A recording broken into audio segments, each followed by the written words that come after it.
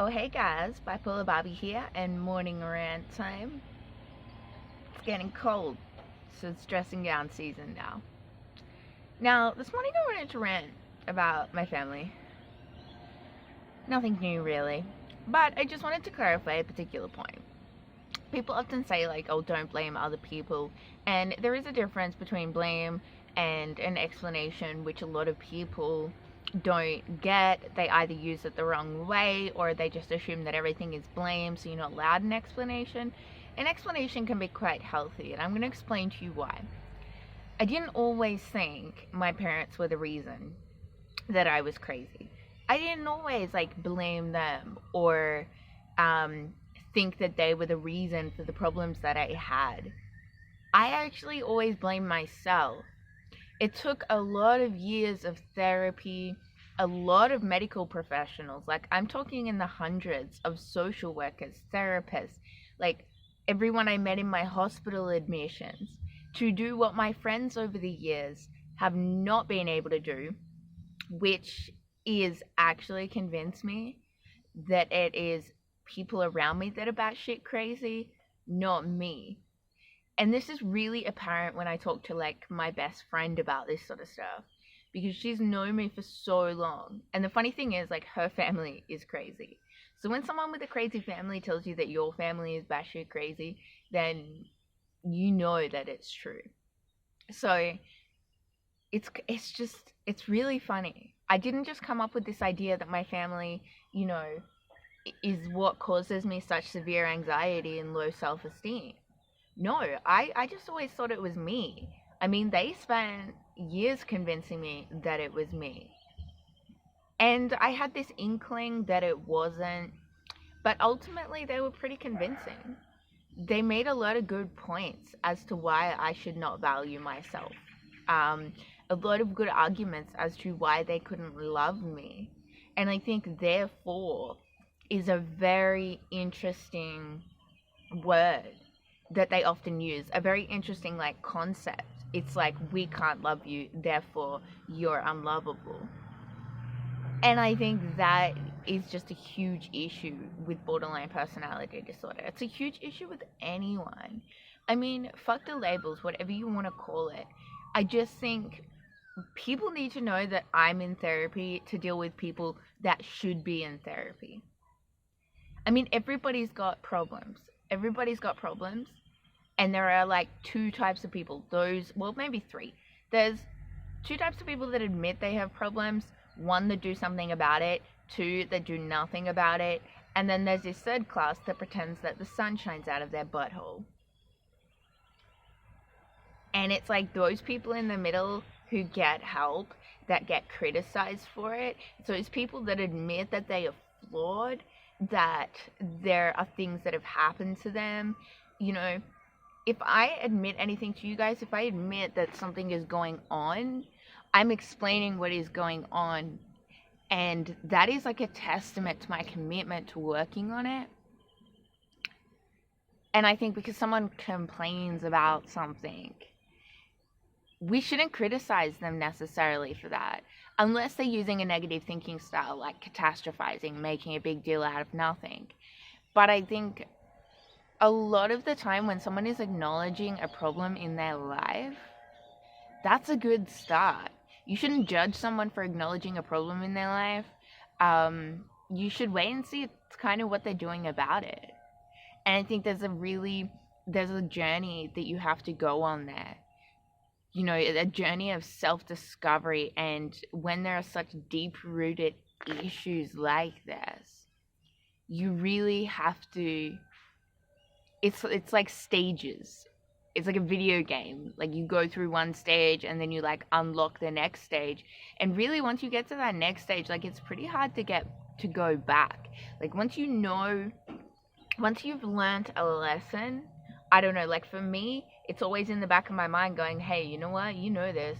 You know better now. So if I'm not using that lesson, if I'm not applying that knowledge, then I know that I truly am the reason for my own pain, my own suffering in that moment, because I know that I know better. So that is just my morning rant to clarify that issue. And I mean, I'm just in such a state of anxiety at the moment. It's horrendous.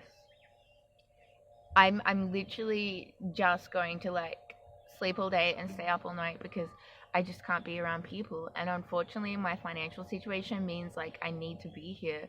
And it's a nice house. As far as I can have my horse, it's a beautiful farm.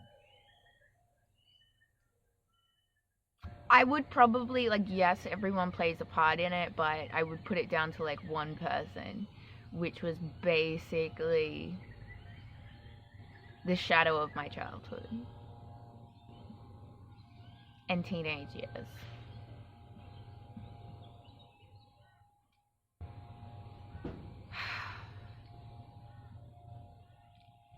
It's hard. I think the difference between anxiety and borderline personality disorder really comes down to what therapy you use to combat it. So like anxiety, you use CBT, which is challenging your thoughts. The trouble is with BPD is there isn't often like, yeah, there's thoughts, but often it's a feeling, it's a state of fear. And that's a lot harder to deal with because there's not necessarily a thought that you can challenge, that you can shoot down, and that you can overcome. It's just like a state of being. It's a scenario that triggers you that is really hard to live with, and it compounds. When I say living in a state of fear, when I talk about anxiety, I'm not just talking about stress. I'm talking about someone my size and body shape should have a resting heart rate of about 80 beats per minute. And mine's at 130 constantly. That's what I'm talking about. I'm running a fucking marathon 24/7, and I'm just like living on the edge of fear every second of every day because I'm just terrified of this shadow that I have.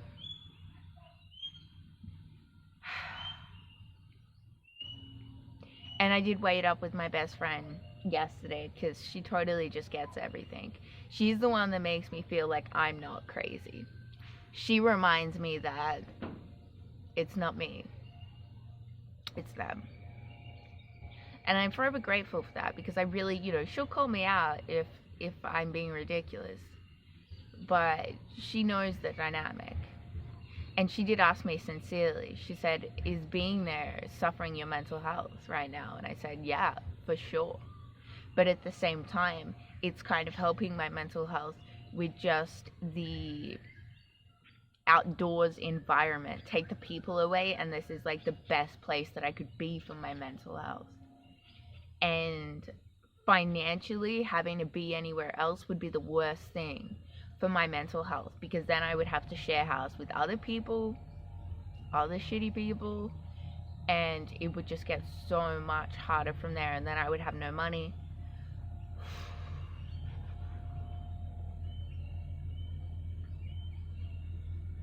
It's my morning pointless rant. If you're in therapy, you're doing a good job. And if you're not in therapy,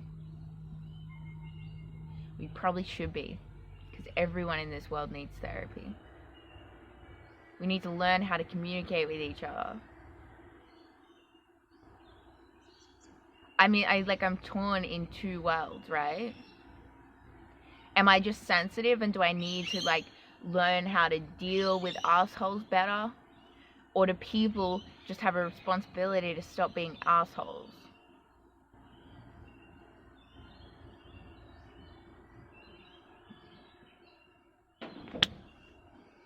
Well, we'll see. Let me know your thoughts in the comments below. I'd appreciate it if you gave this video a thumbs up. If you like it, subscribe to my channel if you haven't, because you really need to be watching these videos, because I like your company.